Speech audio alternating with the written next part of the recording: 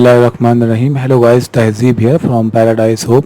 So guys, आज की video में मैं TB660 स्टेपर मोटर जो ड्राइवर है उसके बारे में डिस्कशन करने वाला हूं, और साथ ही साथ मैं इसके अंदर जो दो टेबल्स हैं उसको किस तरह से रीड करना है और किस तरह से इसको रीड करते हुए इसके पीछे जो स्विचेस लगे हैं उनको ऑन या ऑफ़ करना है।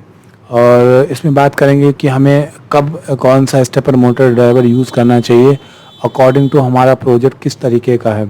तो सबसे पहले अगर मैं बात करूं तो हमारे पास जो बेसिक स्टेपर मोटर ड्राइवर्स होते हैं वो A4988 होता है, और जो कि हम यूज़ करते हैं अपने प्रोजेक्ट्स में, CNC में और 3D प्रिंटर्स में।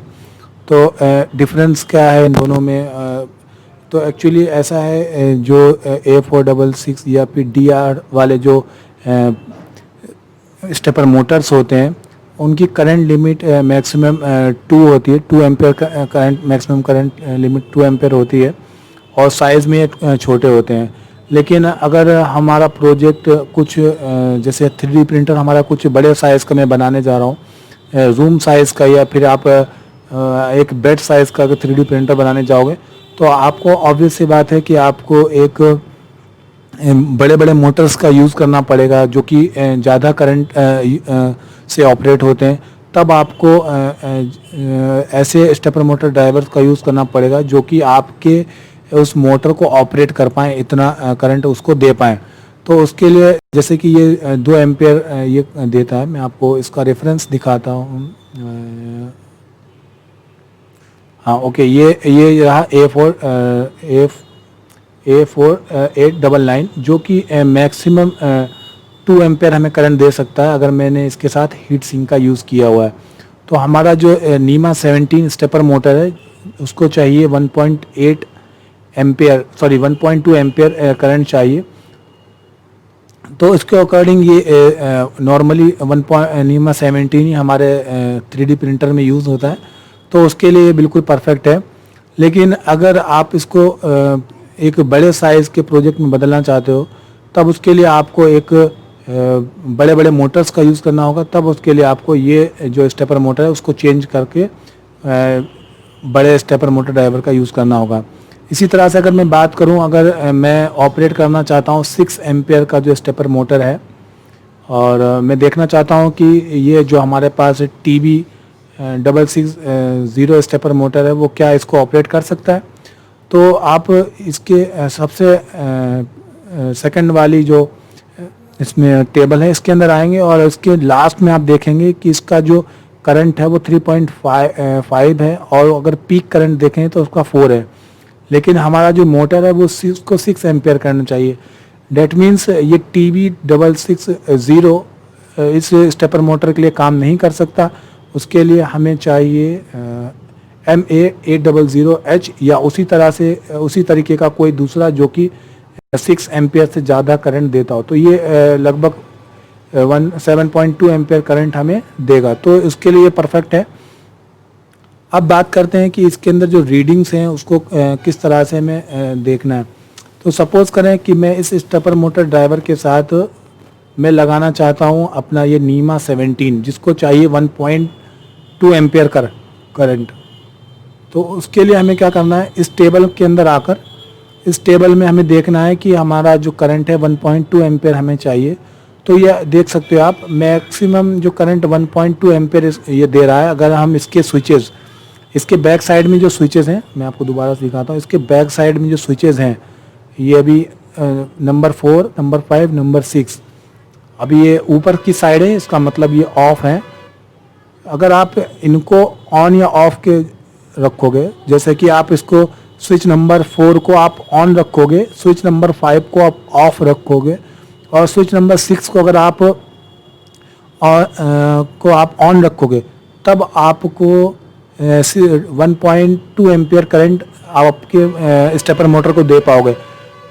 लेकिन आप उससे अगर ज़्यादा करंट देना चाहते हो तो वो भी दे सकते हो, लेकिन मैं प्रेफर करूँगा कि आप ज़्यादा करंट ना दो, इससे आपके मोटर की वाइंडिंग ख़राब होने का डर हो सकता है, मोटर जलने का डर हो सकता है। जैसा आपका प्रोजेक्ट हो, जैसा आपका मोटर हो, उसके अकॉर्डिंग आप उसको सेट कर सकते हो। अगर आप इसको 3 एम्पेयर करंट देना चाहते हो, अगर आपका कोई 3 एम्पेयर का मोटर है, तब आपको क्या करना होगा, तब आपको स्विच नंबर 4 को ऑफ, स्विच नंबर 5 को ऑन और स्विच नंबर 6 को ऑफ रखकर उसको आप 6 एम्पेयर करंट दे सकते हो। अब आ जाते हैं, देखते हैं इसके अंदर जो टेबल है माइक्रो स्टेप की, इसका क्या मतलब है। इसका मतलब ये है कि जब भी आप कोई मोटर खरीदते हो तो उसके ऊपर लिखा होता है कि उसका रोटेशन एंगल, यानी आप उसको एक स्टेप में कितना रोटेट कर सकते हो। एक स्टेप का मतलब कि एक पल्स में आपको उसको कितना रोटेट कर सकते हो। अगर आपको एक पल्स भी समझ नहीं आ रहा तो मैं आपको बताता हूँ कि आपने एक लाइट का स्विच 1 मिनट में ऑन या ऑफ किया, तो लाइट का स्विच नहीं, मैं फ़ैन का स्विच लेता हूँ। फ़ैन का स्विच आपने तुरंत ऑन किया, तुरंत ऑफ किया, तो ऑन होते ही उसमें करंट पास हुआ, आपने तुरंत ऑफ कर दिया, तो वो पंखा कितना डिग्री रोटेट हो जाता है, ये वही बात बता रहा है कि अगर मैंने उसको एक पल्स दिया तो मोटर 1.8 डिग्री रोटेट हो जाएगा। तो यही बात यहाँ पर मैं आपको समझाता हूँ कि अगर मैंने यहाँ पर पेंट में कुछ लिखा हुआ है तो आप देखना, मैं यहाँ पर बात कर रहा हूँ, अगर मैंने स्विच 1 को ऑन किया, स्विच 2 को ऑन किया और स्विच 3 को ऑफ किया, तो मैं बात कर रहा हूँ नंबर 1, यानी इसकी बात कर रहा हूँ।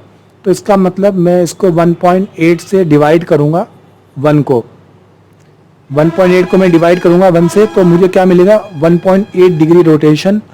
अगर मुझे 360 डिग्री रोटेट करना है अपने मोटर को, यानी उसके मोटर को 360 डिग्री रोटेट करना है, तो उसके लिए मुझे 200 स्टेप ऐसे परफॉर्म करने होंगे, तब मैं जाके 360 डिग्री रोटेट कर पाऊँगा। इसी तरह से अगर मैं एन एफ यानी ऑन ऑफ और ऑन रखता हूँ, इसका मतलब मैं परफॉर्म कर रहा हूँ सेकंड नंबर की लाइन ऑन ऑफ और ऑन।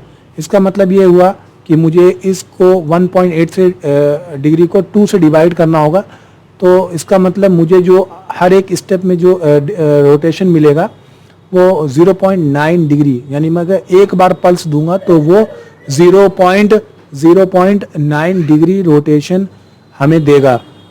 अगर मुझे 360 डिग्री रोटेशन करना है, मतलब मुझे अपने मोटर को 0 से 360 डिग्री रोटेट करना है, तब उसके लिए मुझे 400 स्टेप को फॉलो करना होगा, तब मैं 360 डिग्री रोटेट कर पाऊंगा। इसका यूज़ क्या है यार, मतलब इतने स्टेप कर रहा हूँ, उसका मतलब क्या बन रहा है। इसका मतलब ये बन रहा है कि अगर मैं कोई ऐसा बहुत माइक्रो में काम कर रहा हूँ और जहाँ पर मुझे बहुत मिनिमम स्टेप को का यूज़ करना, बहुत कंटिन्यूस वैल्यू चाहिए, तब मैं वहाँ पर यूज़ करूँगा। तो जैसे कि अगर मैं आप दिखाता हूँ आपको ऑफ ऑफ और ऑन, तो मैं बात कर रहा हूँ इस 16 नंबर वाले का। तो अगर मैं इसको डिवाइड करता हूँ मैं 16 से, तो आप देख सकते हो कि कितना कम डिग्री रोटेशन मिल रहा है। मतलब कि अगर मैं एक पल्स देता हूँ तो बहुत, ये 1 डिग्री भी रोटेट नहीं हो रहा, 0.1125 डिग्री रोटेट हो रहा है।